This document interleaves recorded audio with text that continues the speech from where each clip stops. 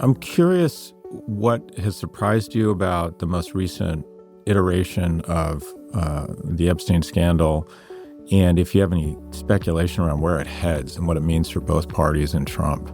I mean, their level of obvious panic around it. I can't tell you what's at the center of that panic. But as you say, he has been quite consistent on his anger about this, his desire that these files now are not released, whatever he was saying at another point. Mike Johnson recessing the House was a moment that I think even if you've been a bit skeptical that, that beneath the smoke there's fire, certainly made a lot of people look at it differently.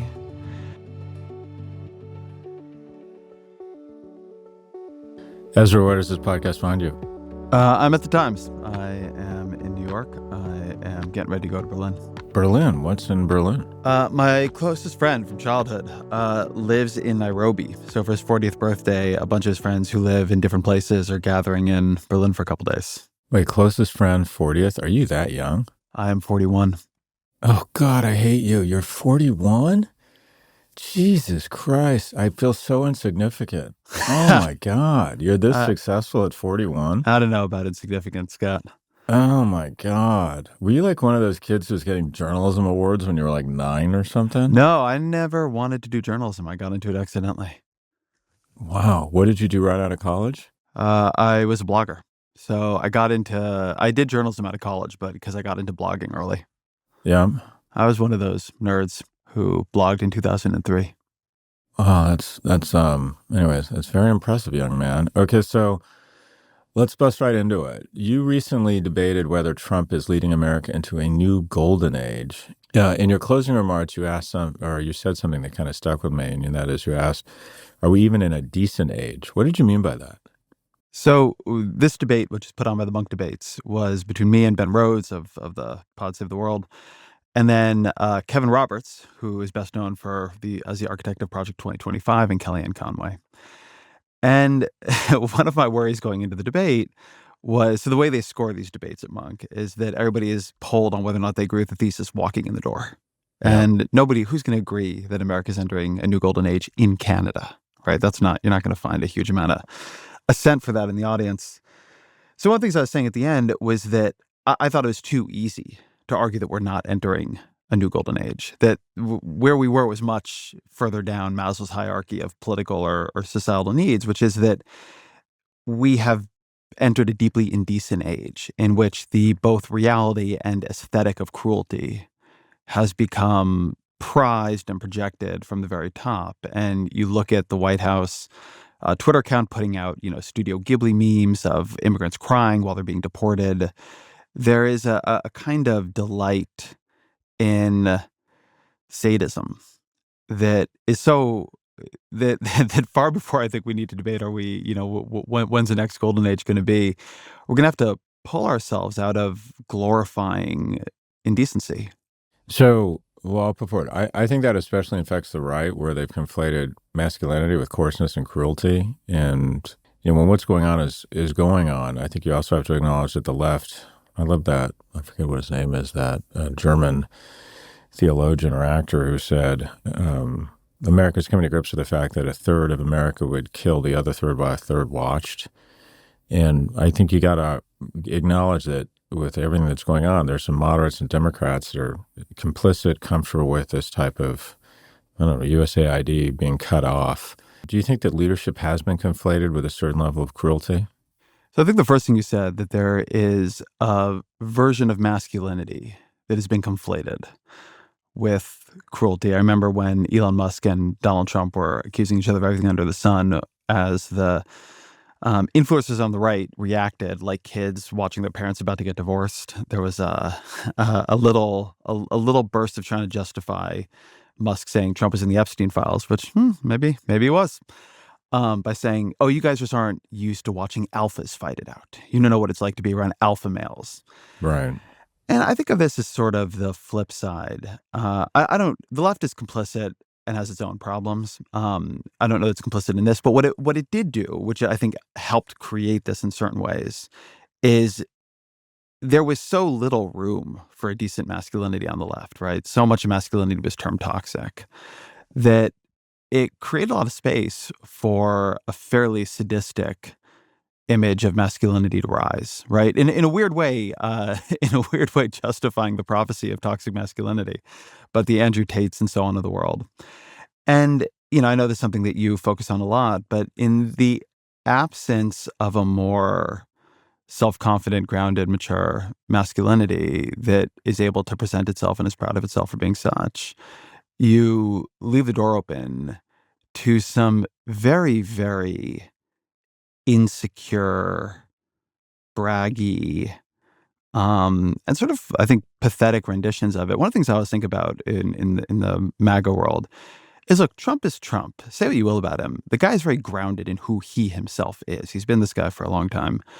All these people who have put on the Trump suit, starting with J.D. Vance, but you can look at Ted Cruz, you can look at a lot of them, who did not talk like this, did not act like this, did not think this was a way even to be in public a decade ago, and have, put on the cloak of it in order to be competitive, in order to be part of it. And, now treat that as a kind of display of alpha male characteristics when it's a deeply, deeply beta process of just kind of following the leader. But because of that, because it's not leavened by Trump's own sense of who he is, they actually, I think, lean further into just cruelty oftentimes than he does. That there's nothing else there, because it is for them an act that has become real. So Trump's popularity is at an all-time low for a president in this stage of his presidency, but at the same time, the Democrats are even less popular, and there's polls showing that if the election were held again today, he would still win. Is this lack of decency, is it working? I don't think when you have watched a popularity drop as fast as President Trump's has, you can say it's working. What's not working is the Democratic Party being leaderless and rudderless. I'm not shocked that at the moment, if you ask people in a poll who they'd vote for, like, they don't really know what to say, like, which Democrat, what do they know about them? But the Democratic Party is in a pretty shattered place. I've had a little bit of more trouble than other people do, or let me put it differently. I'm a little bit less confident than other people seem to be in interpreting those polls, because one of the kind of structural characteristics of the past couple of decades is people's dislike of the parties is getting higher and higher and higher. And it doesn't drive their voting decisions in quite the way it has at other times, but nevertheless, they do not like the parties. And so one of the reasons the Democratic Party is very unpopular right now is Democrats do not like it. Now, those people are not going to vote Republican, but they are pissed off at the Democratic Party, which has to them been unable to stop the worst of what Trump is doing, which has to them not come up with a message or come up with a set of leaders. It's going to have to be a process of, first it's going to be the midterms, and they're going to figure out how to be in opposition in a way that coheres, but there's going to be a process of having to find leaders again. This is the first time the Democratic Party has been leaderless in a very, very long time. Like, even if you go back to something like 2008, you had Hillary Clinton as the heir apparent, and you had for some time. And that obviously ended up being Obama. But so you had, like, the assumed leader, you had, like, real rising talent. This is the most open field for leadership in the Democratic Party probably in my lifetime, at least since 92, at a time when, in a way that's very different from 92, the other side, right, the Trumpian side, is completely coherent around a single leader and is a much more dangerous and very different force, right? The difference between not having an unbelievably clear opposition leader to George H.W. Bush and not having one to Donald Trump, those are fairly different scenarios to be in. Yeah, it really is striking. I agree with you. It feels like this is the biggest vacuum I've ever observed on either side. Do you feel anybody stepping up into it? I get a lot, and as I'm sure you do, who do you see emerging? Who do you see as the next leader or leaders of the Democratic Party? And we can have that conversation, and my guess is a lot of the Venn overlap will be about 90%. Right now, everyone loves Andy Bashir because no one knows him that well. Everyone's hoping for some phoenix to rise that's amazing, so they want someone they've heard of, but they don't really know yet, and I think that's Andy Bashir. But anyways, the question that was presented to me that I want to present to you that I thought was really interesting is, what do you think the profile is of the person who will likely emerge? as the new leader of the Democratic Party. I don't think it's Leader Jeffries. I know it's not Senator Schumer, but I thought that was an interesting question. What does this person potentially look, smell, and feel like? What are your thoughts? Congressional leadership has not served as a public face of the parties for a long time. To what the profile is, the truth is I don't know. We tend to get the profile wrong at this stage in an electoral cycle because we tend to be trying to refight the last election. So I always talk about this, but in after the '04 election, which was, I think, the last loss that was truly shattering for Democrats, um, there was a period of time when what they wanted to do was find somebody they felt was tough enough and Christian enough to win back the heartland. So you had these sort of booms around people like, maybe John Edwards, who's a Southerner, or maybe it'd be the governor of Montana and he wore a bolo tie and seemed like he was very tough talking. Maybe they needed a general of some sort. Eventually, it's Barack Obama. Um, and then in 2012, after Mitt Romney loses, there's, the famed Republican autopsy, and they need to moderate themselves on immigration. And maybe it's somebody like Marco Rubio. And of course, or Jeb Bush in Florida. Of course, it ends up being Donald Trump, which is not on anybody's mind.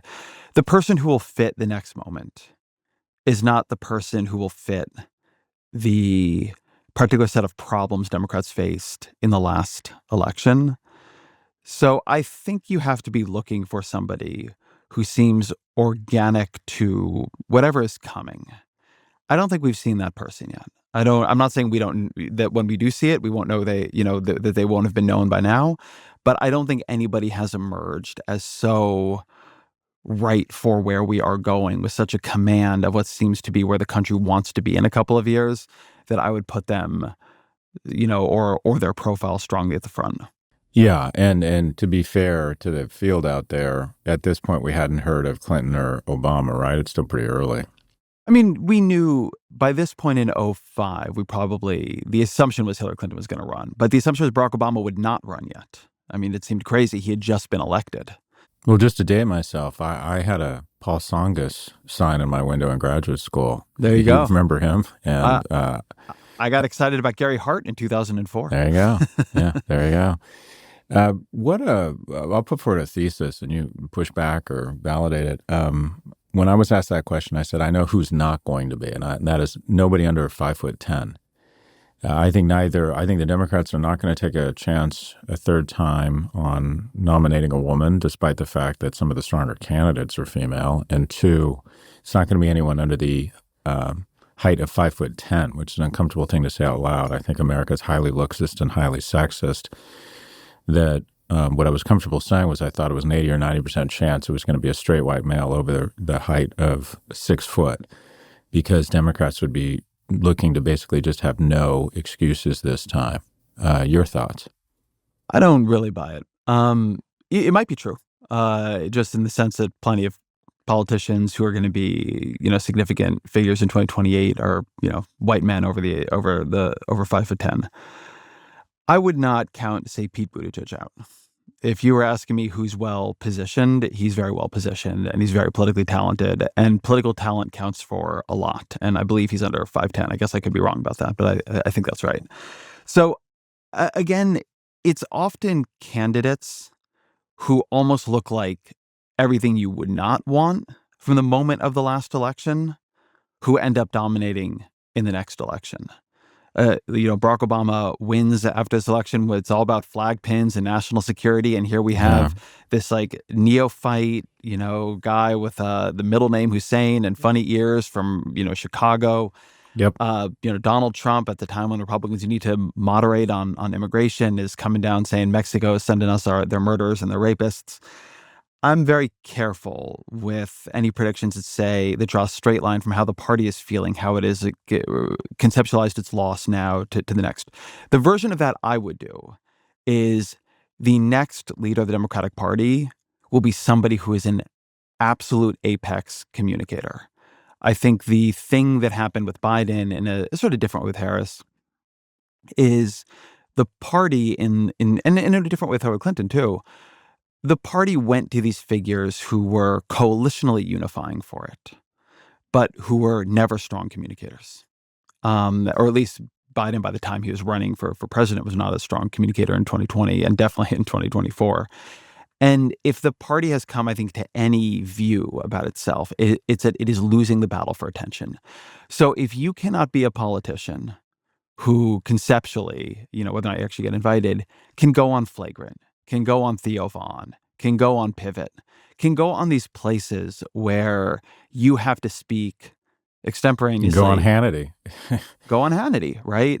So one of the reasons Buttigieg is a fascinating candidate is that he has proven to the party that he more than clears the communications bar. He is considered by most to be the best communicator in the party right now. He's not the only one, right? I think a lot of them can do this. And some of them are trying, right? Ro Khanna was just on Flagrant, right? Wes Moore is going to, I think, be very, very good on this. For all that there's weirdnesses around the way he chose to do it, the fact that Gavin Newsom is sitting down with people he doesn't agree with week after week and sort of learning how they think and learning how to do that is going to make him stronger by the time, Agreed. if he decides to run in 2028. He's getting training, the other ones are not. So in some ways, the ones I worry about more are the ones with not worry about, but the ones I think are going to have a harder time are the ones who are operating under the old communication rules where what is rewarded is caution and not making mistakes. What you're going to need are people capable of being omnipresent in a way that Joe Biden wasn't, in a way that Kamala Harris wasn't willing to do. The sense that you need somebody authentic to this era of communication, which may even have changed, and I think even has changed from 2024. Like even Zoran Mamdani saying is very different than how Donald Trump worked. But you're going to have somebody who people feel is capable of winning the communication wars of this moment in these mediums. Just to talk about Secretary Buttigieg for a second, do you think America is ready for a gay president? Or more specifically, do you think the Black community in South Carolina is ready for a gay president? I think that when people ask that, it's always about which person and how are they able to navigate the concerns and fears people have. Here are a couple things I can tell you.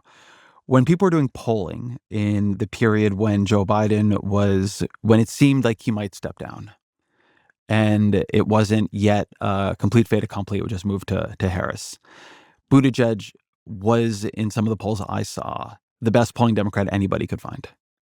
It wasn't by a ton, just by a couple points, but it was still, he was beating the others. So that's one thing. The other thing about Buttigieg is he is capable. He did this in his convention speech, but I've seen him do it a lot. Because I think for him, being married and having a family was something he grew up not knowing if it would be there for him.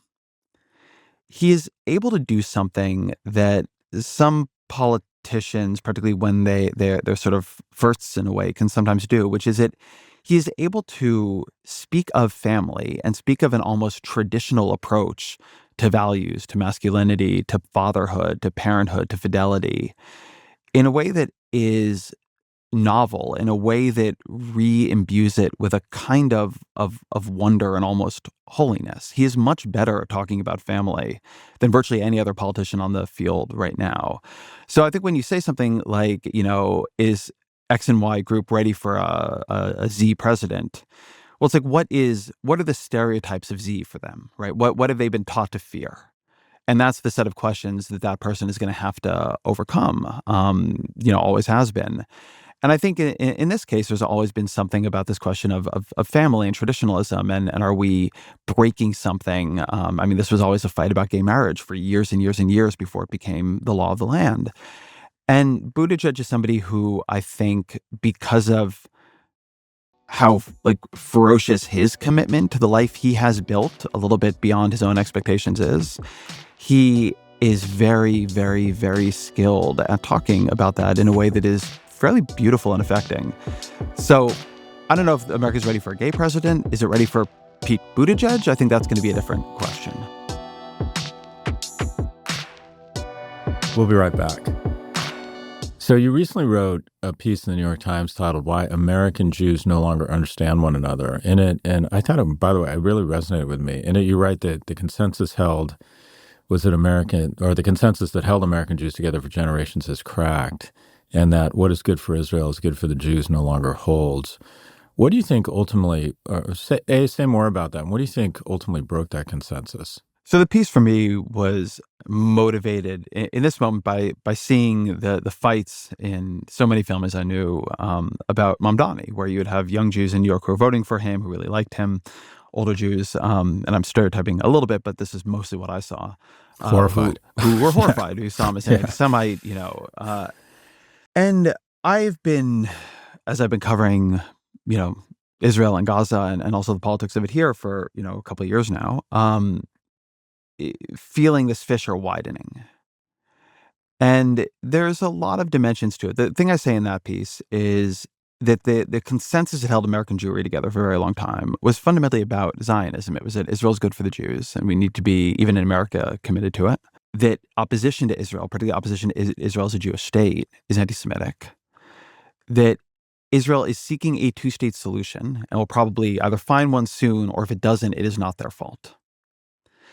And as that consensus is broken down for a lot of reasons, but in this moment, because a two-state solution is nothing that Israel wants, and Israel's now, it seems, inflicting a mass starvation event on Gaza, which is broken through to the media and to people.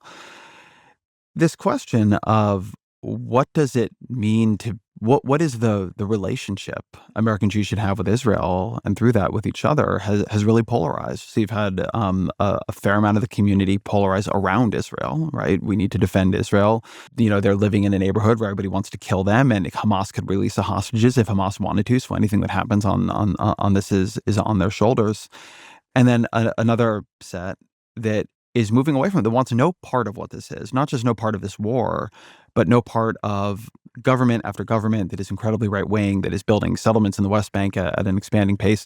And as a two-state solution has functionally dissolved as a live political project, it no longer exists as a kind of parking lot that can reconcile the liberalism of American Jews and their commitment to Israel.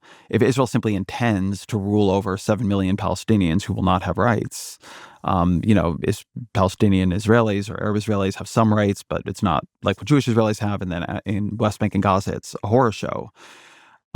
There is not the capacity anymore to sort of explain that away. And so then what do you do? Do you believe in equality everywhere, but in the place meant to be your spiritual home? Do you support what has become a structure of apartheid? People don't love the word, but we don't have that many for it. Where do you end up? And there's not an answer right now. There isn't a solution, a policy move, or anything that can sort of reunite these two questions. And Israel itself, its politics have changed dramatically, and it is seeking alliance with other right-wing ethno-nationalist governments in a way that's really changing the meaning of Israel on the world stage. So it's a very, very, it's a tricky and very heartbreaking moment. Yeah, and I would love to hear more about how you personally feel as someone who is an atheist and never felt much connection with Judaism. Mother's Jewish, I consider myself Jewish, but never really connected with Israel or Judaism. And then October the 8th, I decided I was a full-blown Zionist. And since then, it's become increasingly hard. It's just, the diaspora, I think, is really conflicted. And when I think about Brand Israel, the strongest component of Brand Israel, I think, used to be that they were seen as the good guys. And the David to the Goliath, if you will. And I think that's no longer the case. At the same time, and curious to get your take here, I think the rest of the world and a certain element of America is really drawn to the strength and victory of Israel. I mean, if you take a look at the Houthis, if you look at Hezbollah, obviously Hamas, Israel's taken out Iran effectively, or at least now rules the skies over Iran. And I think strength is a fantastic brand association. So the brand is shifting, but there are some, I would argue, elements of the brand that are very aspirational and getting a lot of recognition from around the world. Your thoughts? I think if you look on the right, Zionism has come to mean, this actually goes, I think, back to our conversation about masculinity at the beginning. Zionism has come to be a symbol of a certain belief in strength. Israel is Sparta, or the closest thing like this world still has in a way to a Sparta. The issue for that, I mean, I can't say I really think about it too much in terms of brands, but the issue with that is, one, it is losing vast amounts of other kinds of support. I mean, France just came out and said it was going to recognize a Palestinian state. That has not happened before. When you say what Israel means around the world, Israel's reputation around the world, you look at how Israel's seen around the world, and it is terrible. right? I mean, whatever debates we're having in America, that is not the dominant debate in the rest of the world. The rest of the world is moving very, very, very far away from Israel for the most part. If you go look at, say, global polling on Israel. But, back sort of to how I think about it here, one, American Jews overwhelmingly are liberal. They believe in human rights. They believe in multi-ethnic democracy. And that's not accidental. That is the set of ideas and ideals on which American Jews, to some degree now European Jews, on which like the safety of the diaspora is built, right? If the view is you can just dominate your ethnic minorities, then the Jews of the diaspora are fucked, right? Because we are an ethnic minority wherever we are. And so it is not accidental that this deep commitment to liberalism as a mode of politics, right? Not talking here about like the American left, but the broader thing we mean when we say liberalism, it runs very deep in in Jewry. And so, yes, Israel is moving to where its allies are. People like Donald Trump, right? J.D. Vance, Viktor Orban, sort of right-wing ethno-nationalist strongmen. What does that mean for Israel? Next time Democrats are in power and the Democrat who is in power is not 80-some years old and remembers Israel at its founding. What does that mean for Israel in 10 years if it is just accepted that it's an apartheid state? When there's no more excuses left to be made. So in terms of the long term, I don't think that's a very safe place to be. What does strength get you? I mean, the ability to execute military operations. But Israel's not using its strength wisely or judiciously. This morning, I woke up and an Israeli commentator I know, I don't know if it's published yet, so I don't want to say who it is, but sent me a piece that he's been writing. And he's not a person like on the far left, just saying, if we don't do something, Sinwar will have won from beyond the grave. Because the way the world is looking at us is Hamas's ultimate dream. That Hamas wanted the world to see us as butchers. They wanted to see us as having no respect for Palestinian life and to be invested in only domination. And now that is beginning to be what they're seeing. And so, it's like in any war, right? The bombings are the easy part if you have the firepower.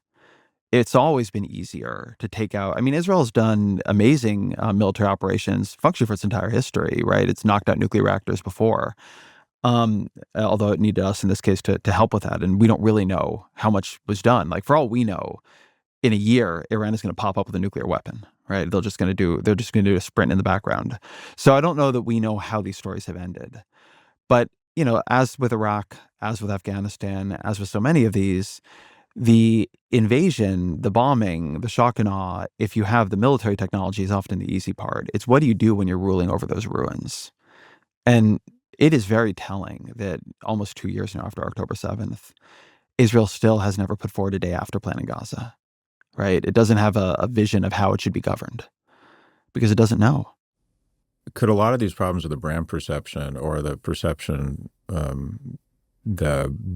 the erosion in the sentiment or goodwill towards Israel around the world, which I agree with, do you think a lot of that could be repaired, quite frankly, if Netanyahu leaves the stage and Israel does a hard pivot away from these policies? That might go a long way to repairing their reputation. And also, at the end of the day, isn't it?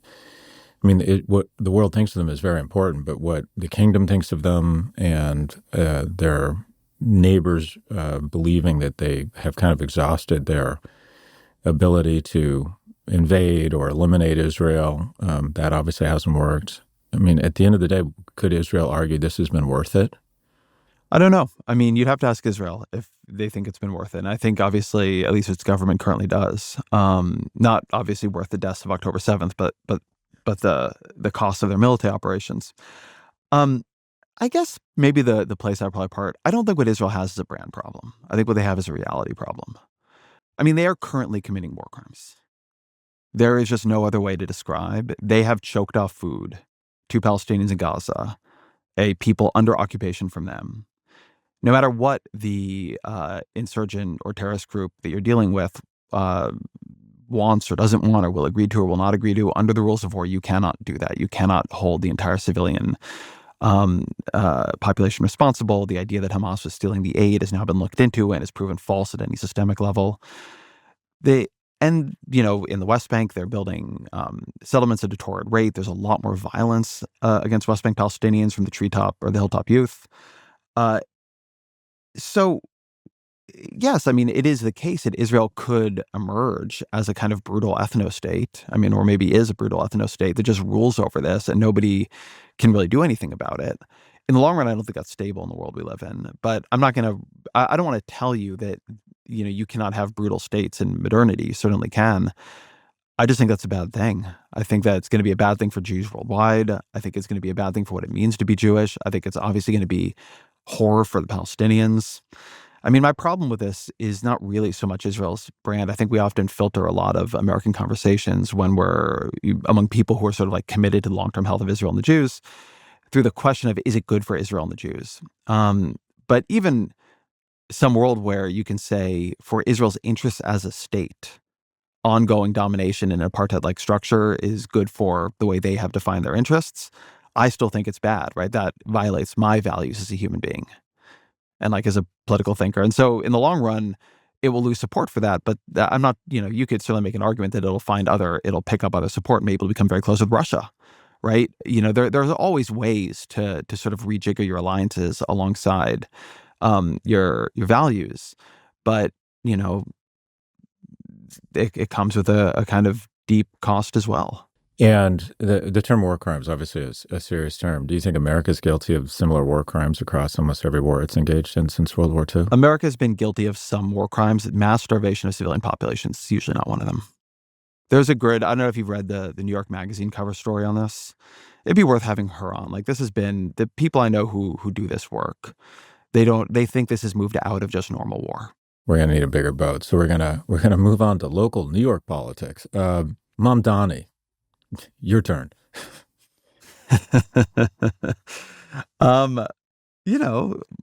We'll see, right?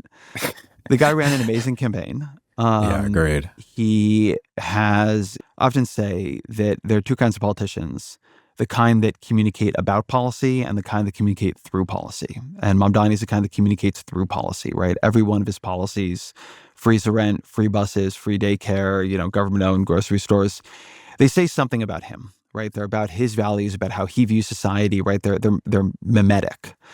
The question is, if he wins, and I think you got to see him as a favorite at this point, can he govern effectively? So a bunch of those policies need a bunch of money.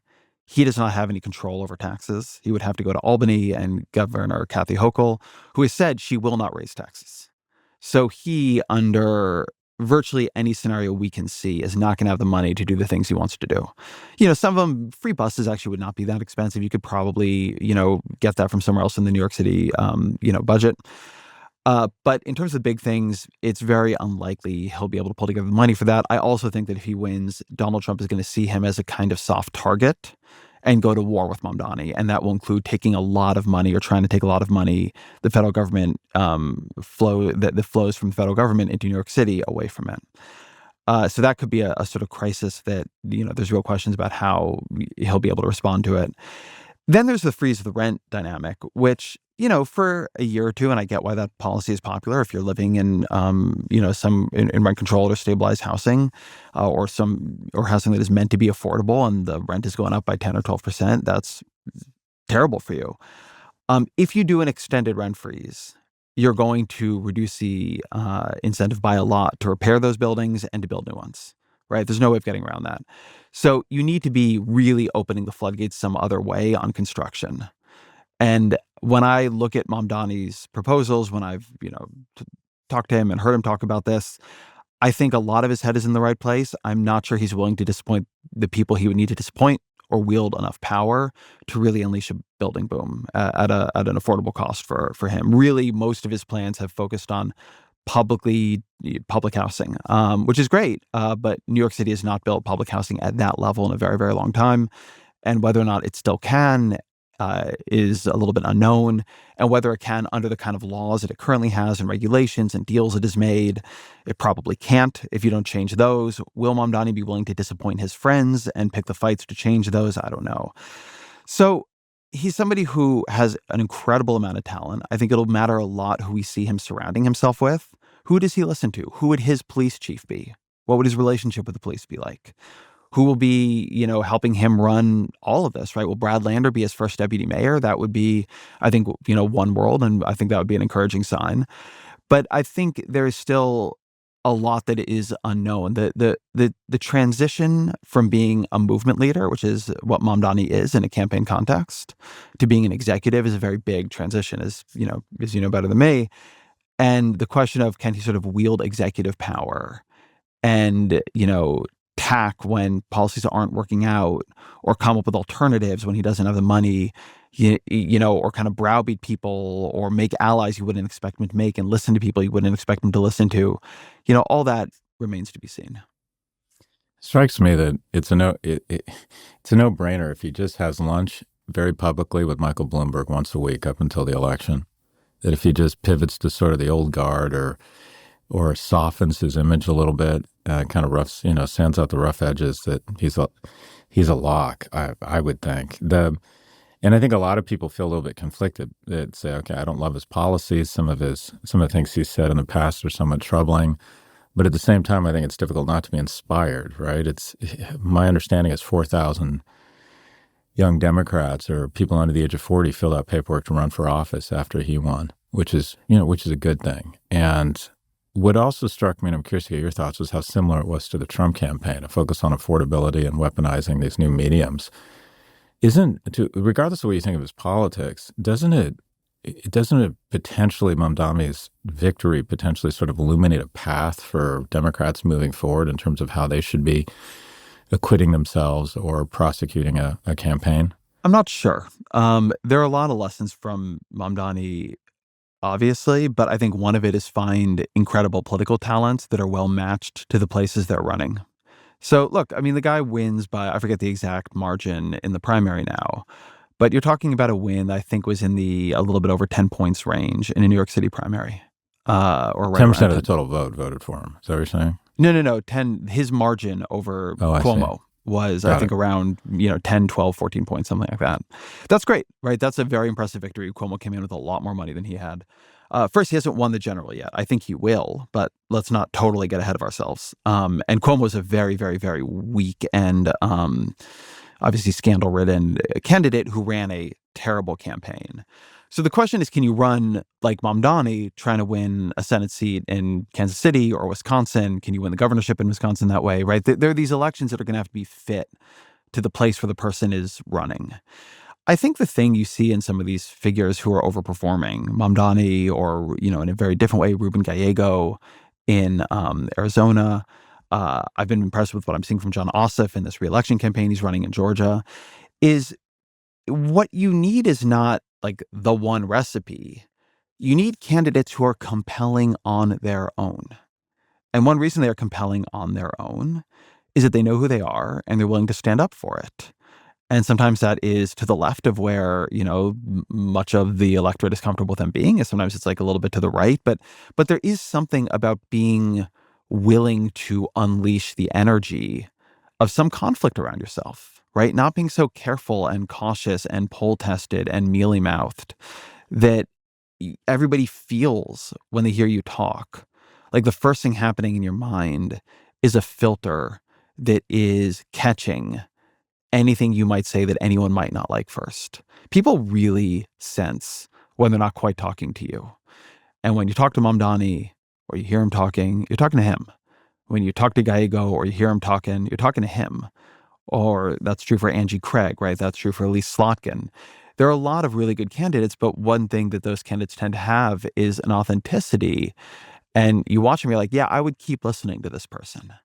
One other thing I'll just say about Mamdani that I've always found to be a big part of his appeal and what makes him a real political talent is he feels very motivated by his sympathies and not his resentments. That's not, in my view, how Donald Trump feels, but it's also not how a lot of people on the left feel.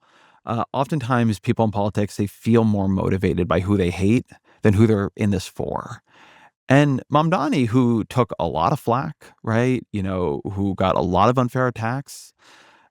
Nevertheless, there's a fundamental friendliness to his campaign, a sense that even if you disagreed with him, he didn't hate you. He wasn't looking to push you out of his circle. He wanted you in there. He wanted you in that tent. And that idea that there is a political value to what you might call, like at a high political theory level, pluralism, and what you might call as a normal human being, like friendliness and openness to other people. Uh, I think that's easy to underestimate. I think that a real failure of the left, and I don't just mean like the democratic socialist left, I mean like the broad, left of the center, was developing a politics that seemed like it was more interested at times and a communication style in figuring out who wasn't on our side and making that clear than inviting people, even people who didn't agree with us, in at least halfway. And Mamdani, though he's, to a lot of people's left, he doesn't feel that way. He's looking for where you agree with him, not where, he can kick you out. You've likened Trump to a living Twitter algorithm, which I love, saying that his focus generally drifts from being from thing to thing, not because he's trying to distract us, but because he himself is easily distractible. My sense is right now that may, in fact, not be true, that he's the majority of his focus right now is on weapons of mass distraction from Epstein. I'm curious what has surprised you about the most recent iteration of the Epstein scandal, and if you have any speculation around where it heads and what it means for both parties and Trump. I mean, their level of obvious panic around it. I can't tell you what's at the center of that panic. But as you say, he has been quite consistent on his anger about this, his desire that these files now are not released, whatever he was saying at another point. Mike Johnson recessing the House rather than allowing that vote. Yeah.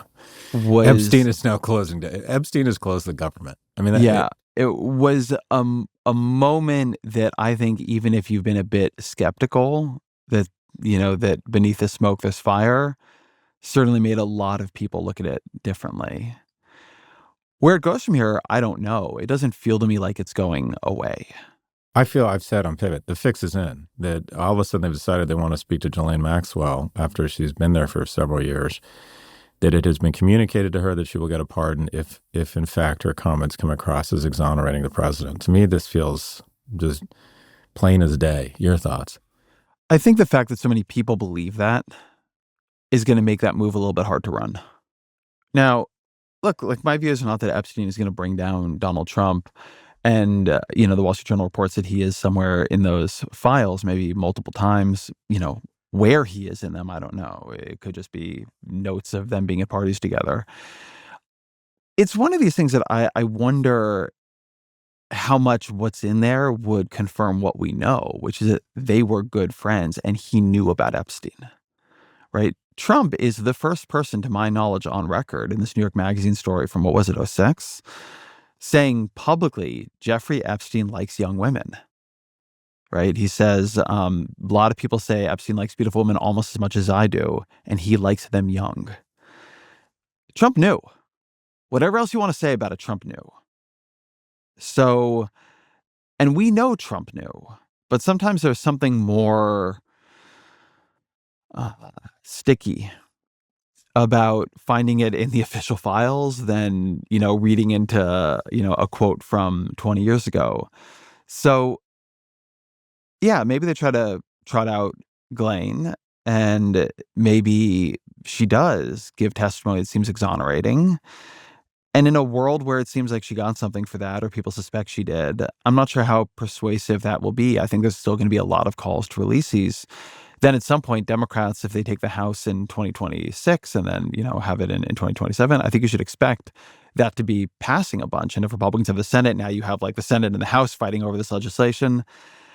Maybe you have oversight committees that are subpoenaing people, again, under a Democratic House to get information and to have testimony, and people are actually paying attention to that testimony.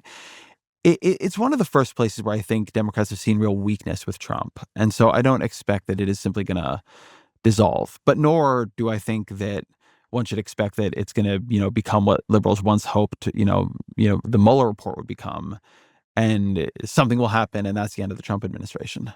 If you were advising the Democratic Party on how to handle the whole Epstein scandal, what would your advice be? If I were advising them, I mean, you keep up the pressure. Ro Khan has been very sharp on this, and he's been very smart on this. And you focus on issues that are going to crack the other side's coalition, and you weave this into a larger argument about corruption. This is one of many examples that Donald Trump and the people around him are astonishingly corrupt. And, John Ossoff has been doing this on the campaign trail in a way I think is effective. But this is a place where, these powerful people banded together to pull one over on you, right? Whip you up about the Epstein files. And as soon as they got what they wanted from you, which was your votes, your support, your faith, they turn around and spent it on tax cuts for themselves. And you don't get the Epstein files. You get Medicaid cuts. You get food stamp cuts.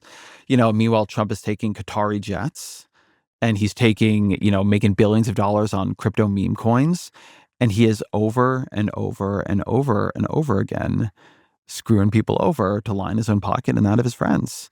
And this becomes, in a kind of an oversight structure, one of many things Democrats will be going after to build a case about what has always been, to me, the very soft underbelly of this administration, which is that they said they would come here and govern on your behalf, and they're just making themselves rich, and they're screwing you over. We'll be right back after a quick break. You and Derek Thompson, who we're big fans of, put out Abundance earlier this year. What surprised you most about the response to it? What issues do you think got more attention than you were expecting, or less attention than you were expecting? I mean, the level of response to it surprised me. You release a book that is about, in substantial portion, how strong the state is in state capacity and zoning policy and housing, and, how hard it is to build transmission lines and issues in scientific institutions. You could see a world for that book. Probably the modal world is some respectful reviews, and then everybody moves on with their life. So the fact that it became this huge discourse object, that it's, at least as of last week, still on the bestseller list, whatever it is, 18 weeks later, that's been amazing. I didn't expect the backlash from I'd call it the neo-populist left that we got. We didn't get a backlash from all parts of the left, but that wasn't one I was expecting, sort of Brandeisian, people very focused on corporate power, because I didn't see it coming, because I don't see abundance as in conflict with that. What I came to realize over time and over talking to them was that abundance's sort of more underlying theory of politics, which I think is more liberal theory of politics, which is that power is ill-used in a lot of places. There's no one kind of power that if you just broke it, you would get the society you wanted, right? For abundance, the kind of list of enemies is not just like corporations and rich people. Sometimes those are your problem, and sometimes you have lots of other problems that, those don't fix. So I think that became, it became, in my view, the fight over abundance became a version of a fight that is inside the Democratic Party between, what we may call liberalism and populism, which are more structurally different ways of viewing politics. Of course, those can be synthesized, and I think skilled politicians will do that. But I do think it is a very real divide in people's implicit way of thinking about what the problem is and how to solve it. Yeah, the thing I was disappointed that Democrats, it seemed like an argument over the theories as opposed to trying to inspire a thoughtful conversation around specific programs. And the thing I took away from it, and that you and Derek kind of inspired in my mind, was, and one of my disappointments with the Democratic Party is they're long on rhetorical flourish and short on actual programs and big, bold ideas. But the thing I took away from listening to your interviews and the book was, 8 million houses in 10 years. Let's build 8 million manufactured homes that cost 30 to 50% less than on-site homes, and create little cool communities for young people, which will create cool. And basically just say to Americans, your kid's going to be able to afford a house if they're making a decent living. Like right there, just one program, specific numbers, specific cost, let's get on it.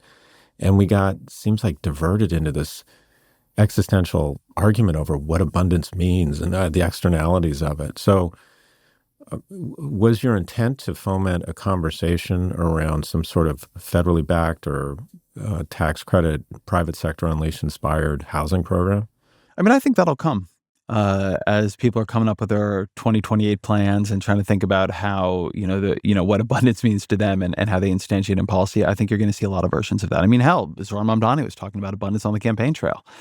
Uh, the thing, I think what you're getting at, which I feel is true, but I may be more placid around, is the focus was really on the critique. And the critique unleashed a lot of energy because it unleashed a lot of conflict, right? We're saying government has worked poorly. We have failed in a lot of the places where we, liberals, Democrats, people on the left, have governed.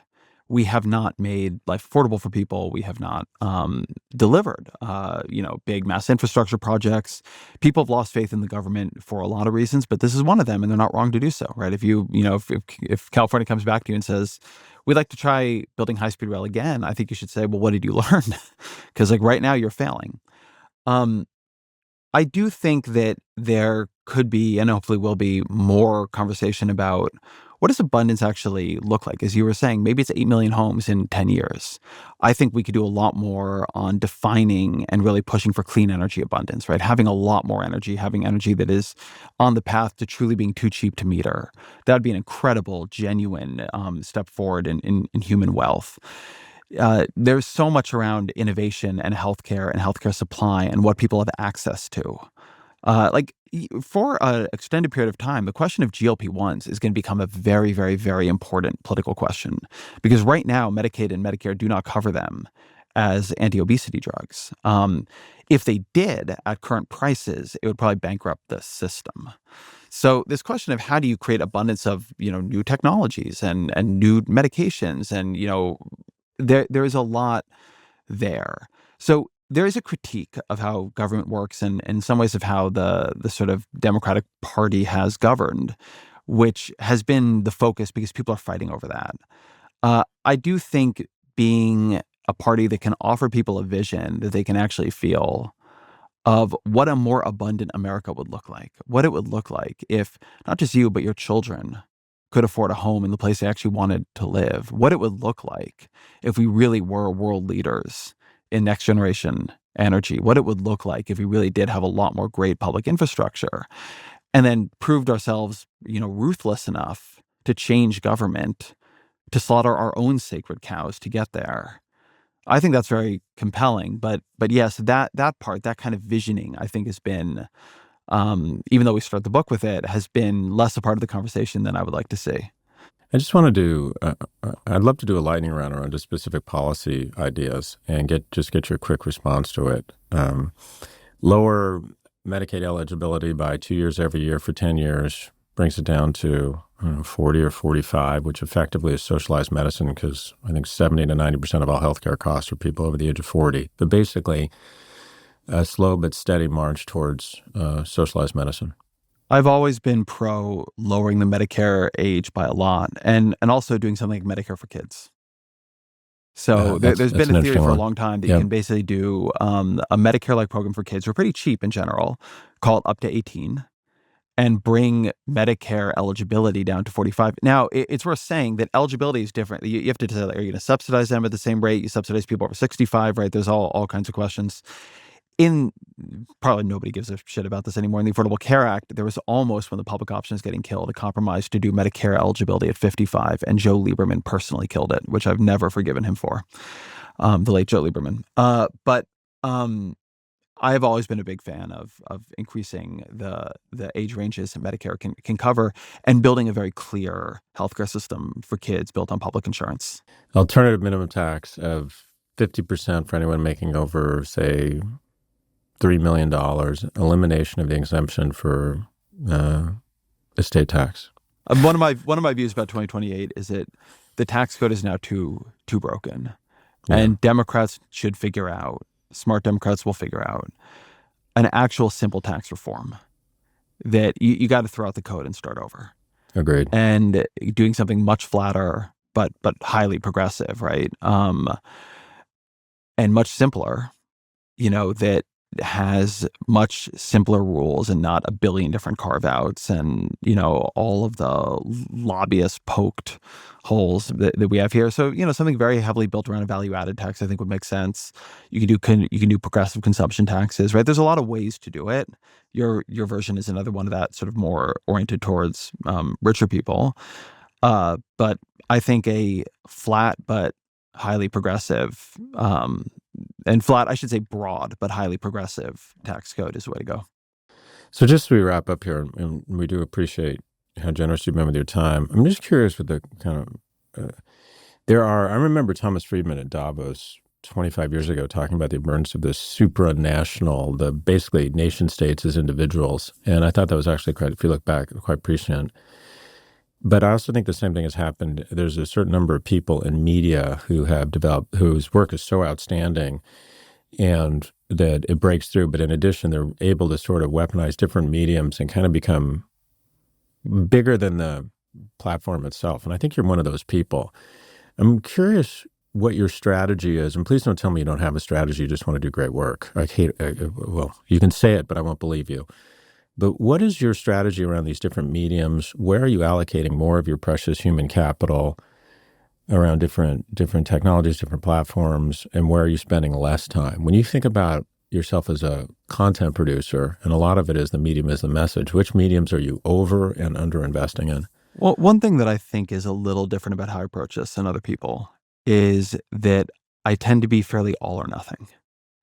So I want to have an absolutely amazing podcast, right? I want my show to be amazing. And I put it a is. lot of time into that, right? Yeah. I want to be a really good columnist.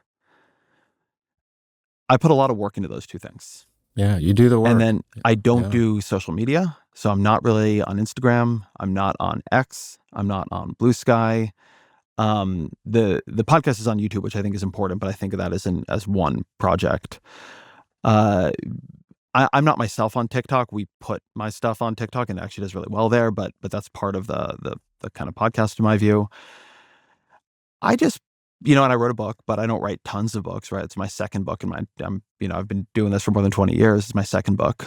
I try to really, really, really fully put my energy into creating a fairly discrete number of, journalistic products that are really good and that create conversation. So, that piece you mentioned on American Jews don't understand each other any longer, that piece took me time. There are, I think 6 interviews in that piece. Not everything made it into it, but behind it at the very least.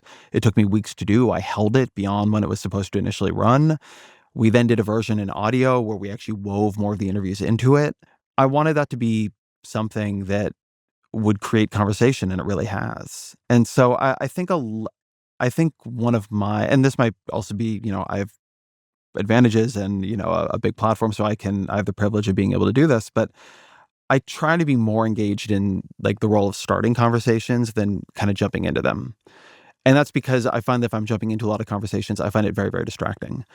The other thing that is not a medium that I participate in the way I participate in podcasting, but I just spend a lot of time reading things on paper. And I think it's a huge advantage. I think it makes me smarter, lets me see things that other people aren't seeing. I think compared to a lot of people, a lot more of my information diet is books and printouts, and a lot less is scrolling. And that keeps my work a little bit more different.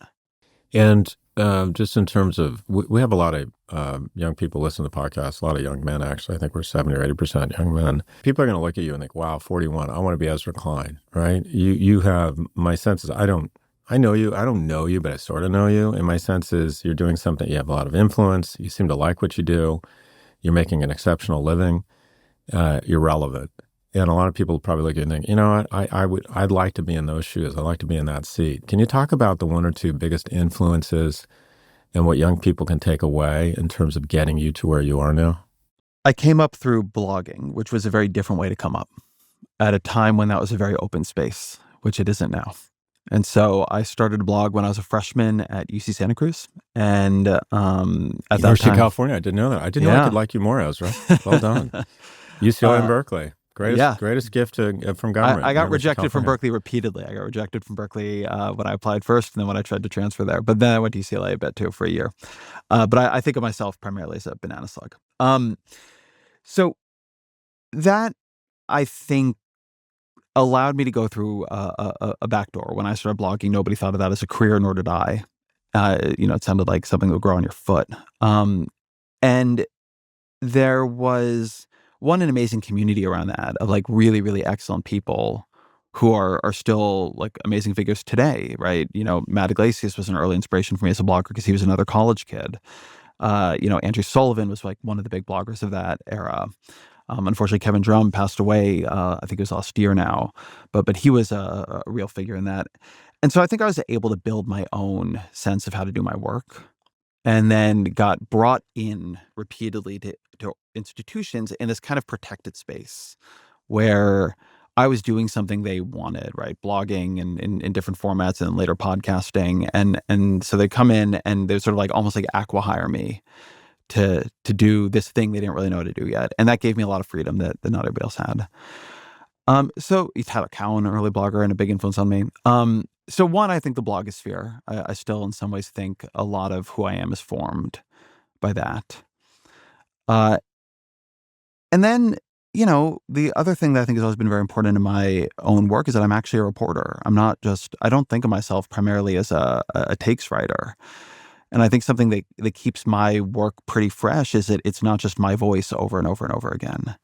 And for that, I give credit to a bunch of my early editors. Mike Tomasky, who I remember at the American Prospect, I came and brought him one of my early features, and he looked at me and he said, "This isn't even a piece of journalism." I was like, "What do you mean?" That was such a mean thing to say to me. He's like, "There's no other voices in it. It's just you." And that made a big impression on me. And so, my podcast is, primarily interviews with other people. My columns, they're not literally all interview based, but they are heavily. If you look at Abundance, the book, it's a lot of reporting, much of it on the ground in different places. I think it is, people think so much about what they're telling other people and whether other people are listening, and are they like, how do they get in the algorithm? I think the first question is how to actually be interesting and have something that is worth saying. What kind of work are you doing that you're bringing to the audience? What service are they hiring you to do? Because nowadays there's so much political opinion out there, so much writing, so many voices. You really got to be able to offer something that other people aren't offering. And for me, a lot of the time that comes from other people, right? It comes from being able to kind of, interview and show them at their best. But yeah, that sort of mixture of blogging as a kind of constantly iterative learning in public, opinionated, and then merged with like a real commitment to reporting, which I think I still have. Any thoughts on, you have two kids, any thoughts or learnings or advice to young dads on how to be a good father, or your learnings as a father, and trying to be a good partner? This will sound not cliche, but like a little, I think, something. But parenting yourself is hard. It's harder than parenting your kid. And what I mean by that is that it's really important, first and foremost, how you show up for your kid. How good of a parent you are going to be is going to have a lot to do with, are you sleeping? And if you're not sleeping, are you taking care of yourself in other ways? Are you feeling good in your marriage, or, with your partner if you are married? Are you feeling good at your work? Are you working out at all? And a lot of the place where parenting gets really tough is when you have poorly parented yourself, and now you are poorly parenting your child because you're pissed off, because you're a distraction from what you really want to be doing, because you can't give them your attention. And I don't say this from the mountaintop where it never happens to me. I say this from the place where it happens to me all the time, where I'm like, I'm just being a bad parent today. Like, not terrible, I'm not beating my kids, but I'm, mentally checked out, and I'm Not tired, present, and I'm yeah. not being able to be there with them. And I just often see parents not do a good job, not even sort of realize like they're part of the equation too. And that, in the same way that how their kid responds to their parenting is going to depend on, has the kid eaten recently? Have they slept? Like, what's going on in their lives? How they parent is going to depend on how they're eating, how they're sleeping, whether they're working out, whether they're going out on a date with, the person they love, or finding a person they love, or whatever it might be. Parenting yourself is hard. You gotta pay attention to it. Your kids first of all need you to be present. Is it difficult, and I struggled with this my whole career, between being great at what you do and having your own relevance and your own economic security, which your family benefits from, and quite frankly, just being fucking exhausted or just not having the time to be a very engaged partner or father? Is that something you struggle with? Yeah, all the time.